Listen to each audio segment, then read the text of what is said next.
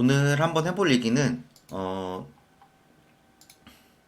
오늘 한번 해볼 얘기는 경매를 해야 하는 진짜 이유, 경매를 왜 해야 되는지 한번 좀 이 얘기를 해보는 시간을 가질게요.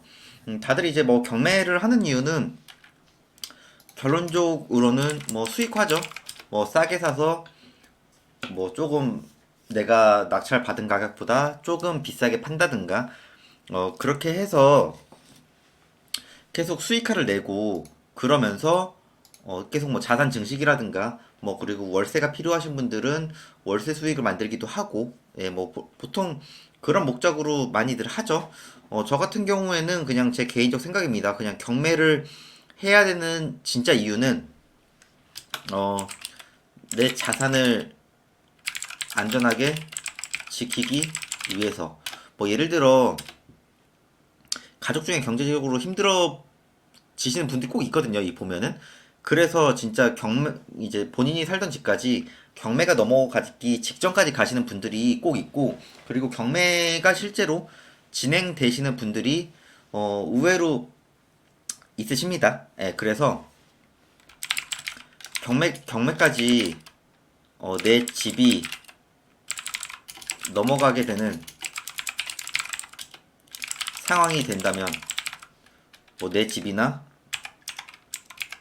가족 예, 어떻게 지켜야 할지 어떻게 대응해야 할지 네.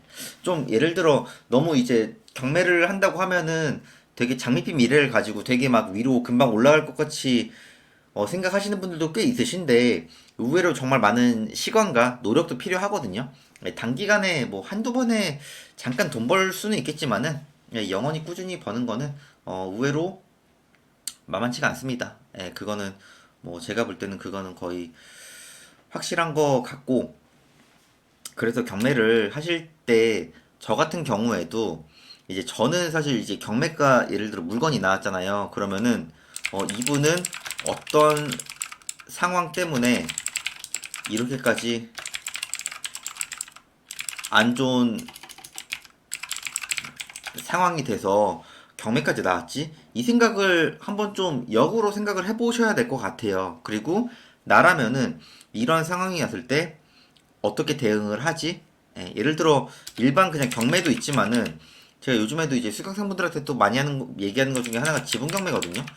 지분 경매는 보통 가족 중에 뭐 한 분이 여러 가지 문제가 생겨서 나온다던가 아니면 부부가 같이 살고 있는 공동명의 집이 부부 중에 한 분이 좀 경제적으로 안 좋은 상황이 나타났을 때 이제 그 일부 지분이 경매로 나오는 상황이거든요. 그러면은 이제 그때 어떻게 해야 되는지, 예를 들어 공인자 우선 매수를 하시는 분도 있지만 의외로 그런 걸 굳이 해야 되냐고 해서 안 하시는 분들도 의외로 꽤 있으시거든요. 그래서 어, 정말 경제적으로 상황이 좋지 않았을 때 어떤 식으로 대응을 해야 될지, 그리고 앞으로 내가 이런 상황이 오지 않으려면 나라면은 어떤 식으로 좀 경제적인 어떤 그 계획을 세워서 진행을 해야 될지, 저는 좀 이런 식으로 말씀을 드려요.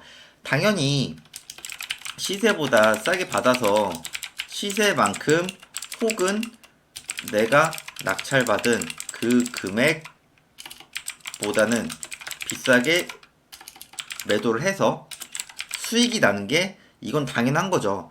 근데 한편으로는 그 정도 상황까지 가서 안 좋은 상황이 닥쳤을 때 나라면은 역으로 이분 같은 상황이 언젠가 온다면 나라면 어떻게 대응을 해야 될까? 또 나라면은 어떤 행동을 해야 될까?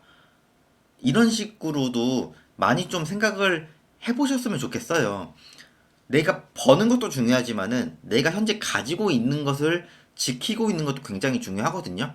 그러면은 지금 경매 물건만 봐더라도 요즘에 경매 물건이 한 2만 개 넘게 나와 있거든요. 그럼 이런 2만 개 사례 중에 내가 관심 있어 하는 물건, 관심 있어 하는 지역, 이런 거를 보면서 예를 들어 이런 임야가 나왔으면은 이런 건 왜 나왔는지 등기부등본을 보면서 계속 머릿속으로 생각을 해보는 거죠.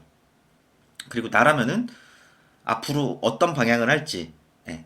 좀 그런 식으로도 많이들 생각을 해보래 제가 얘기를 하거든요. 저도 뭐 그렇게 생각을 하고 있고, 저도 어떻게 보면은 좋은 동네에서 살다가 정말 경제적으로 많이 힘들어지면서, 그리고 또 그거를 극복을 하면서, 예, 그런 시기를 많이 저도 겪었거든요. 뭐 제 유튜브를 보시거나 제 블로그 보시는 분들은 뭐 어느 정도는 아실 겁니다.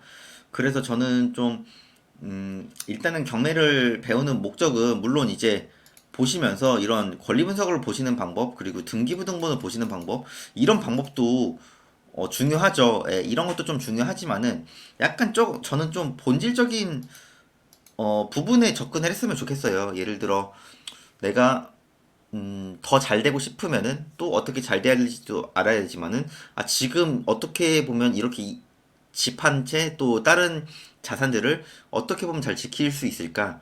이런 걸 봤을 때 이 경매에 나온 상황까지만 안 가더라도 기본적인 이상은 할 수 있다고 저는 생각을 하거든요. 그래서 떻게 보면은 되게 추상적으로 말씀드리는 걸 수도 있지만은 저는 항상 본질에 좀 집중을 하자고 말씀을 드려요. 예, 그러니까 이런 경매 물건을 보시면서도 앞으로 나라면은 좀 이런 좋지 않은 상황까지 가지 않으려면 어떤 식으로 노력을 해야 되고 앞으로 어떤 식으로 방향성을 정해야 될지, 네, 이런 쪽으로 좀 생각들을 해보셨으면 좋겠습니다. 네, 단순히 권리 분석을 해서 얼마에 낙찰받고 대출 얼마 받고 매도 얼마 하고 수익 얼마 나고 이것도 중요하지만은 앞으로의 몇 년 뒤의 방향성까지 좀 기본적으로 다들 좀 생각을 하셔서 다들 원하시는 목표, 예, 자산적으로나 뭐 현금 흐름 쪽으로나 다들 이루셔서 하루하루 조금은 더 여유 있는 생활을 하셨으면 좋겠어요. 네. 영상 내용 괜찮았으면은 네, 좋아요랑 구독도 부탁드리겠습니다.